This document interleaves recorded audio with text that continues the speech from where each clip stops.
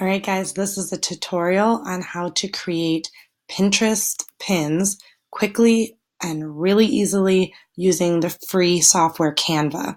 It's canva.com. I suggest you register for a free account so that when you do designs, it saves them and you can go back and edit them later. You just start in the Create a Design studio, and you're going to type in Pinterest graphic, and it'll bring it up. And it's going to bring the optimized size up for you, and we can work from there. So I'm going to do it on this How and Why to Dry Brush blog I did. I'll just copy and paste. I'm going to copy the title because that's usually how I create most of my designs.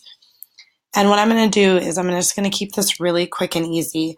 I'm looking for images that have actual photos in them with a good amount of text space, and behind the text space, a very bold background so they can read it easily. And I'm also looking for these to be free. They have tons of free options. And every time that I make one pin, I actually make sure to do 2 to 3 pins at once because it's so easy to do, and it'll save a lot of time in the long run. So I've picked 3 designs, all with really great photo space, and then also a big space to put down text. And I am going to go to upload on the side here, and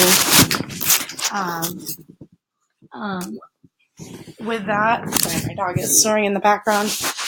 With that, I'm going to grab 3 images that I've already uploaded, and I'm going to move them over into these spaces. So I'm going to bring this one over here. I'm going to bring this one into here, and on the bottom, I'm going to bring this one into here. And because that one's not going to work very well for this, I'm going to take that out. I'm going to move this one into here instead. That one didn't work because it cut it off awkwardly. So I'm going to then use this one to fill this space instead. And again, it doesn't look like any of these are going to work very well. So what I want to do on this one is, oh no, that's actually going to be fine. Okay, so now I'm going to go through and I'm going to change the text in all of these. And because this one has the smallest amount of text space, I'm going to get rid of a little bit of the text here. And I'm going to just keep this one, Top Benefits of Dry Brushing. I'm going to center this, and I'm going to put in my website down here. And then also on this one, I'm going to do that again. Top Benefits of Dry Brushing. I'm going to get rid of Top Benefits out of here. And I'm going to just do step-by-step how. And step-by-step how to. I need to obviously move this out a little bit. By brushing step-by-step just to make this fit. I do a little bit of moving around just so you get the most out of your pin. This is obviously not going to fit very well, so I'm going to move this all up so most of it is in here. I'm going to do tips and tricks for dry brushing.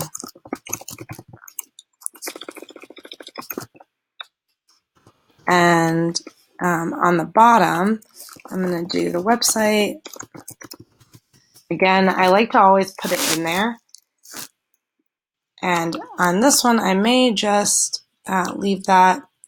That is kind of a weaker pin, but we're going for something that's just quick and easy to make. You can mess around with the titles a little bit. You can also move these up to give you more space. Everything is very changeable. And now I've got 3 really good pins. So I'm just going to download these. If I was only doing one, it would download the singular image, but when you download all of them, it's going to actually pull it into a zip file, and that's really going to help you get them all at once. So It usually labels them as one of the pin's titles. I'm going to double click on the zip file, and it's actually going to bring the folder down here. If I open that folder, you can see all 3 pins are inside. This is amazing. And I'm going to, as they download, I'm actually going to relabel these. And because I have a few how to, I always make, I always copy that. I'm going to put it in here.